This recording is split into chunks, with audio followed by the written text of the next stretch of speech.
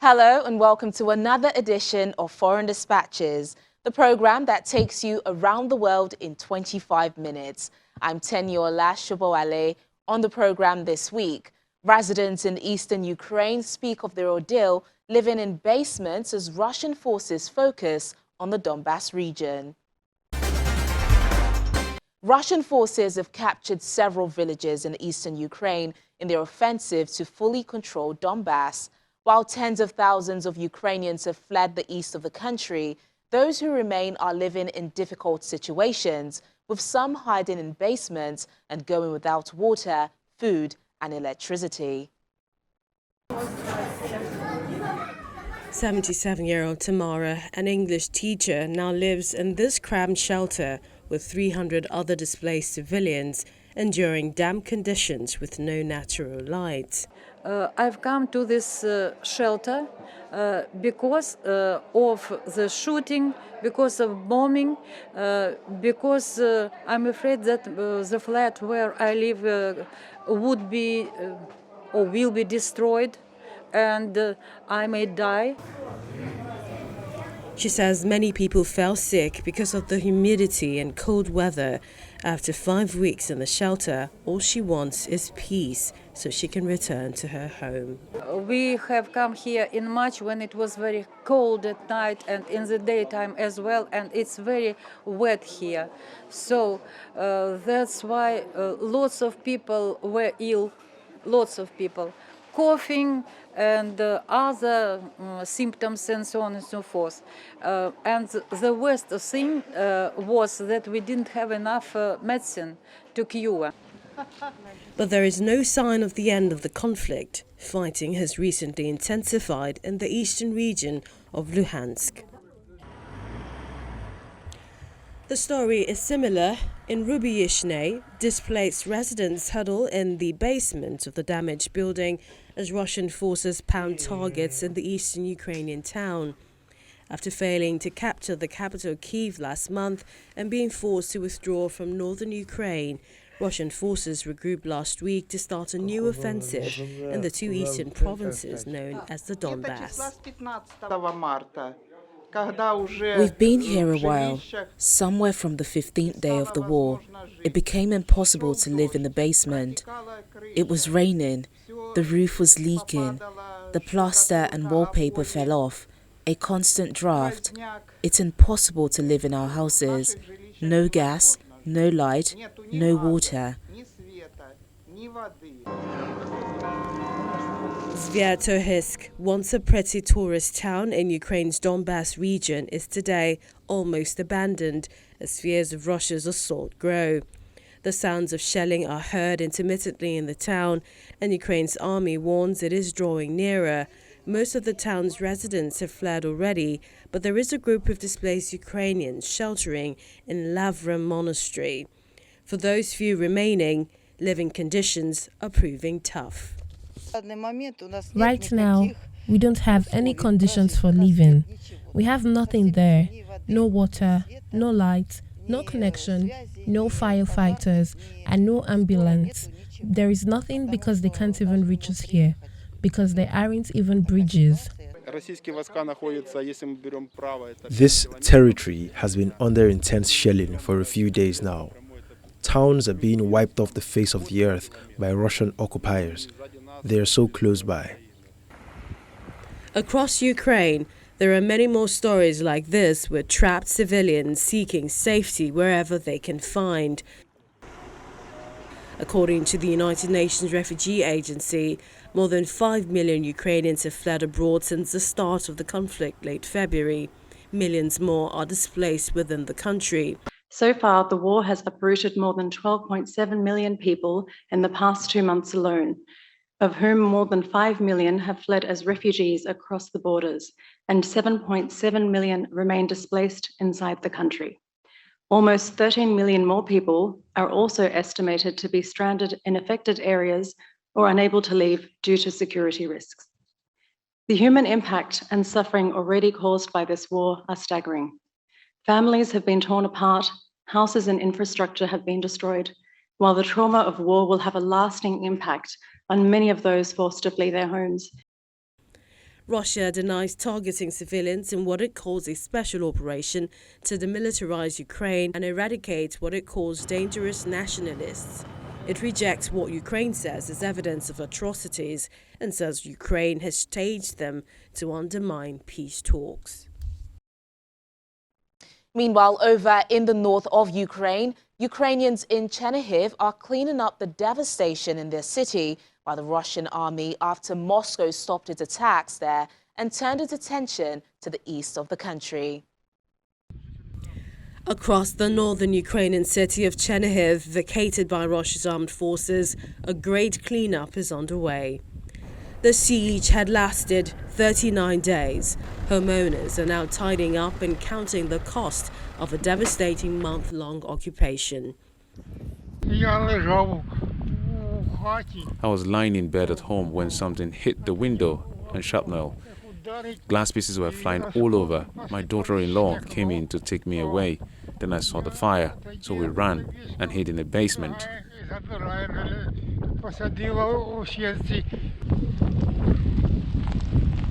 Chernihiv was the first city the invading forces hit after pushing south from Belarus towards Kyiv on February 24.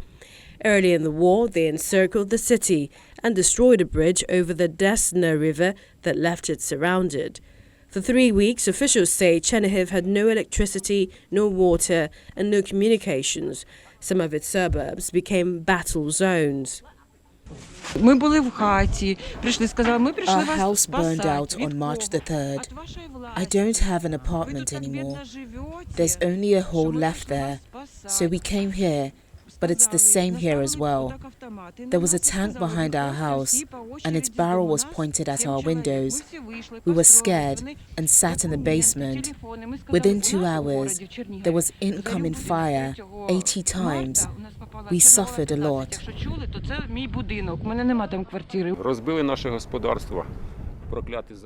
They destroyed our house. They caused massive damage to our estate, to each family. Some people lost their children or parents or grandparents. Each family has its own grief.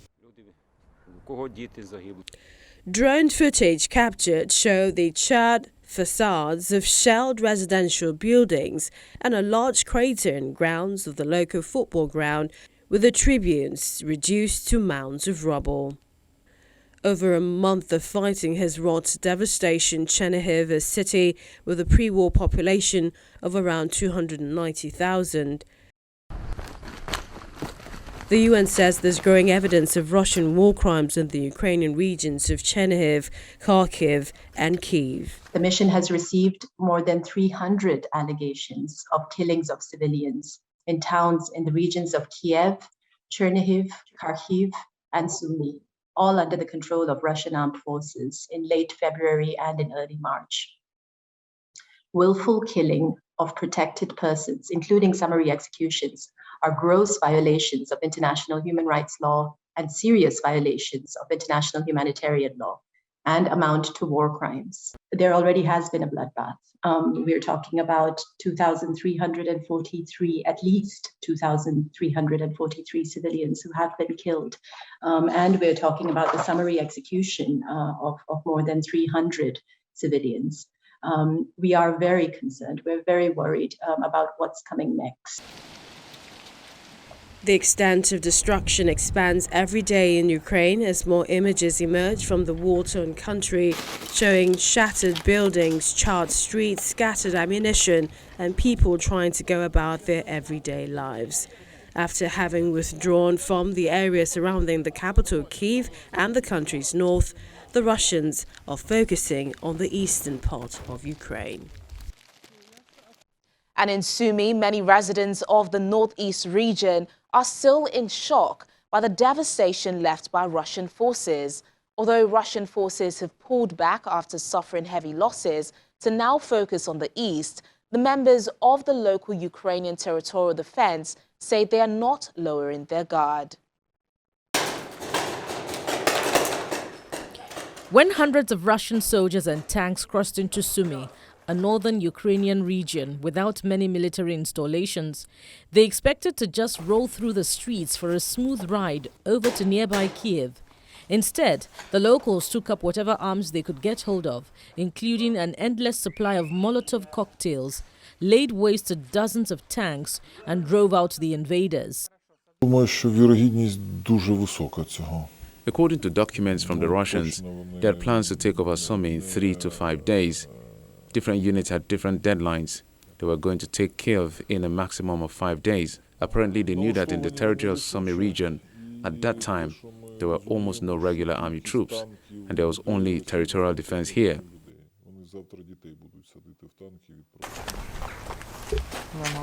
The last of the Russian forces finally pulled out of Sumy about 2 weeks ago, leaving a trail of destruction in several towns across the region.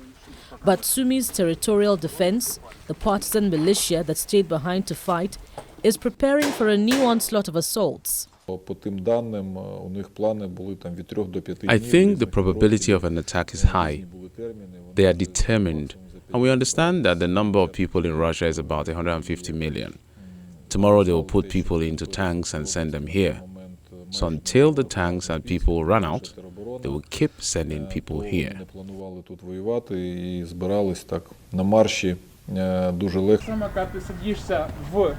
Sumy locals have grown up hearing tales of valiant partisan movements dating back to the Second World War, and the most recent incursion has only reinforced pride in the tradition. According to local territorial defense members, the volunteer militia numbers over 1,000, but membership is growing. We don't want to see any invasion in Ukraine, and I don't want to be here. I'm rather creating some new things and stuff rather than standing with the rifle. So this is my position, but when there is no other choice, I will stay in. Russian forces have pulled back after suffering heavy losses and failing to take the capital Kiev as it focuses on eastern regions of Ukraine. The Kiev Symphony Orchestra, one of the most celebrated in Ukraine, had been scheduled to perform on March the 4th. But following an attack by Russian forces on the city, members of the Kiev Symphony Orchestra were forced to spend nights in basements. Now, as the war continues at home, the show will continue during the Voice of Ukraine tour, which kicked off recently in Poland. Take a look.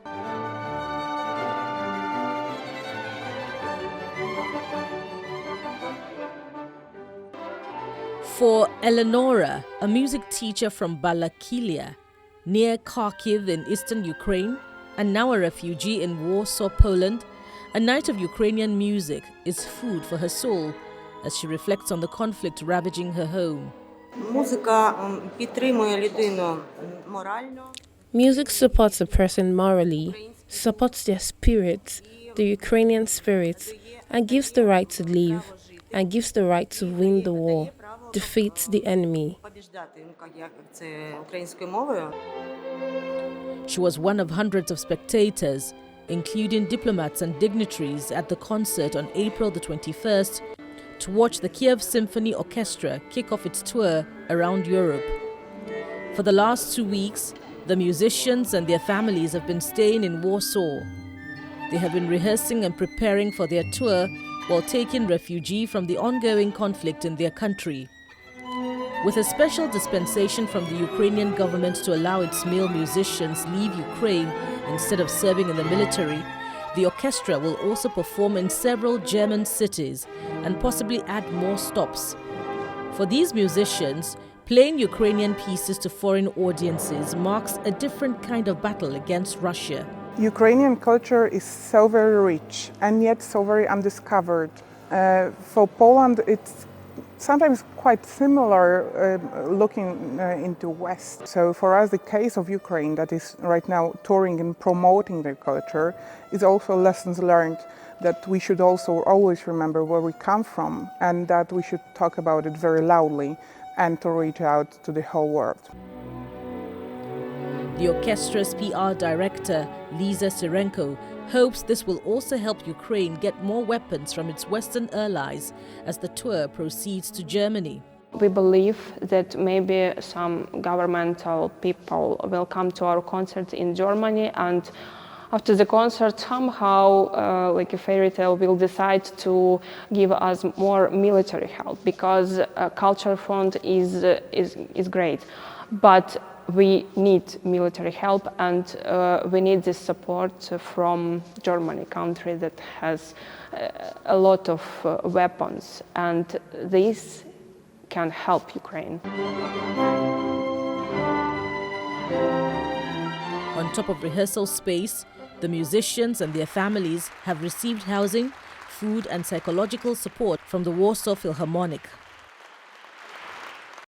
When Foreign Dispatches returns in just a moment, China expands COVID mass testing to over 20 million people in the capital, Beijing, after a spike in cases. Please stay with us. Thanks for staying with us on the program. Let's check in on the situation in South Africa now. President Cyril Ramaphosa has promised more help to rebuild communities devastated by the recent floods in the country, but has warned of tougher measures to ensure relief funds are not lost to corruption.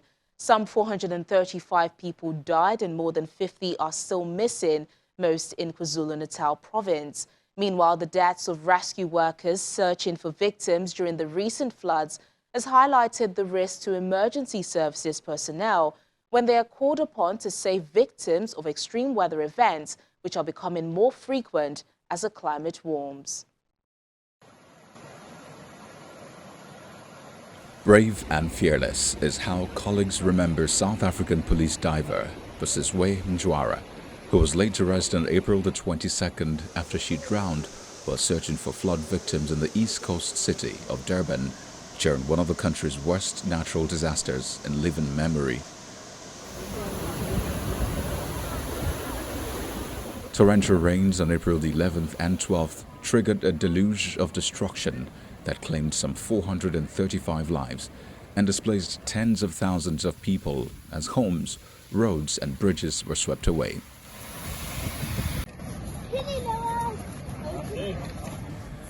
Part of multiple search and rescue operations, Sergeant Mjwara, a 42-year-old mother of 2 young children, was pulled from the swollen Mzodozi River, which was trying to locate 3 missing people before getting into difficulty on April the 17th.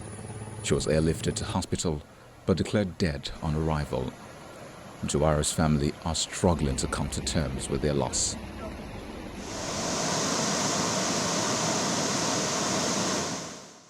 In a statement announcing Mjwara's death, police said a canine rescue dog, Leah, from a separate search and rescue unit lost her life trying to assist Mjwara. Another policewoman also died a few days earlier after her home collapsed due to the floods. She was fearless, brave, dedicated, and she served with all her heart. She served with honor and with integrity.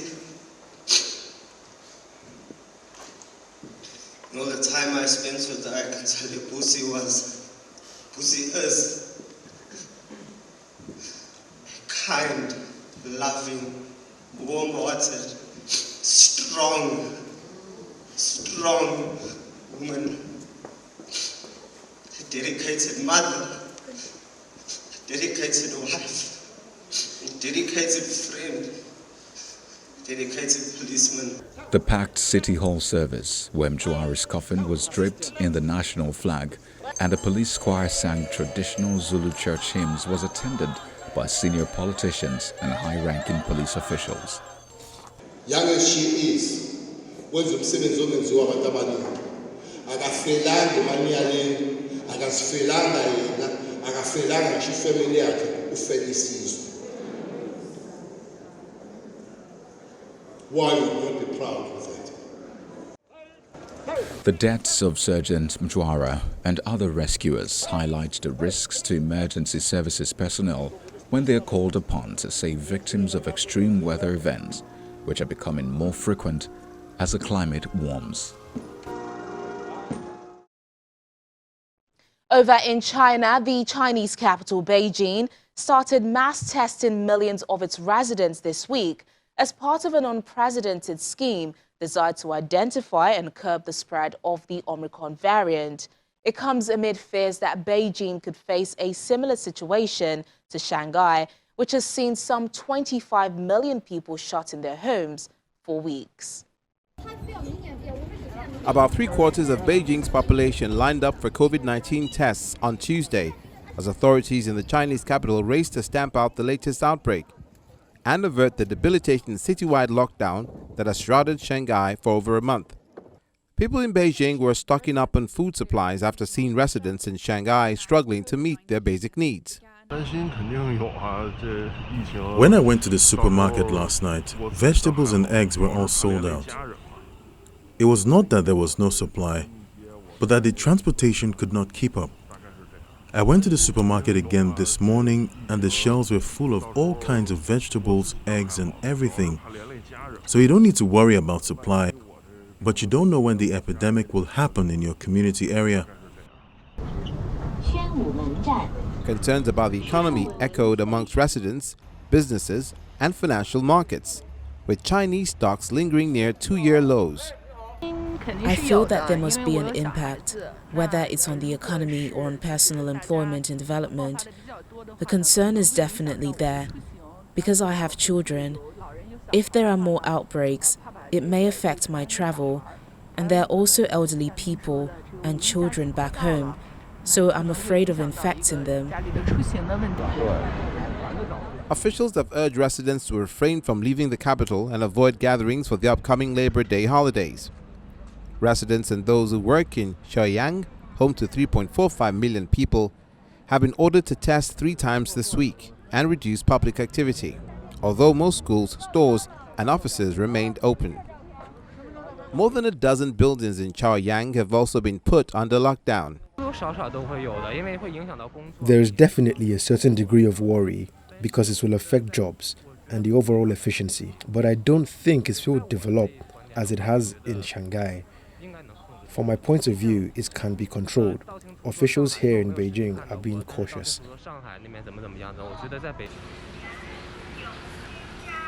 While the Chinese capital's caseload is small compared with those globally and hundreds of thousands in Shanghai, the country is continuing to stick by its COVID elimination strategy.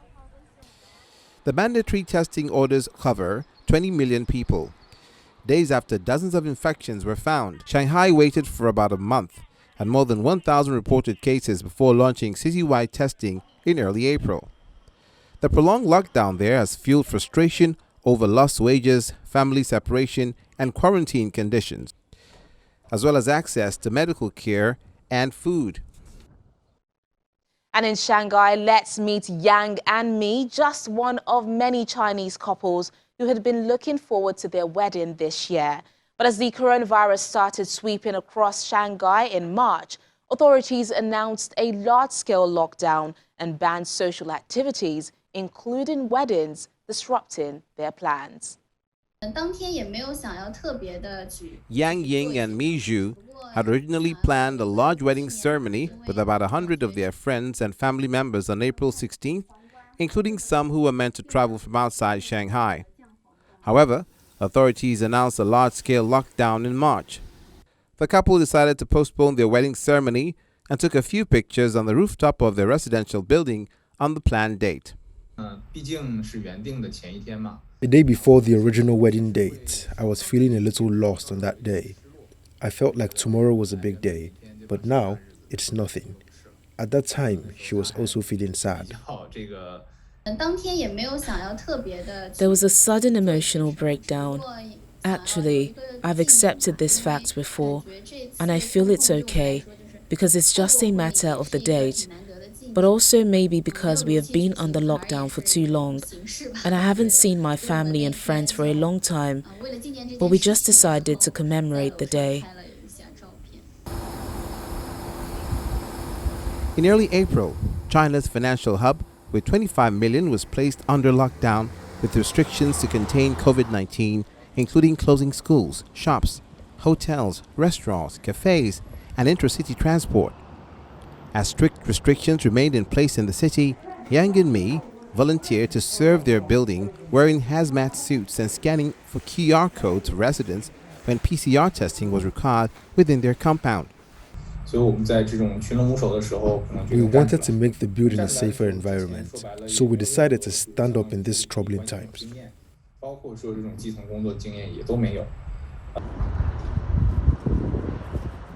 Shanghai, battling China's biggest ever COVID-19 outbreak, has not yet said how it will open up, but officials have said they will soon begin easing restrictions in districts that have stamped out infections.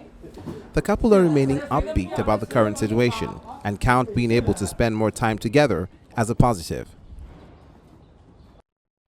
Well, this is where we say goodbye till next time, but remember, our top stories are never far away. You can catch them on channelstv.com. Thank you so much for watching the program. I'm Tenyola Shoboale. Bye for now.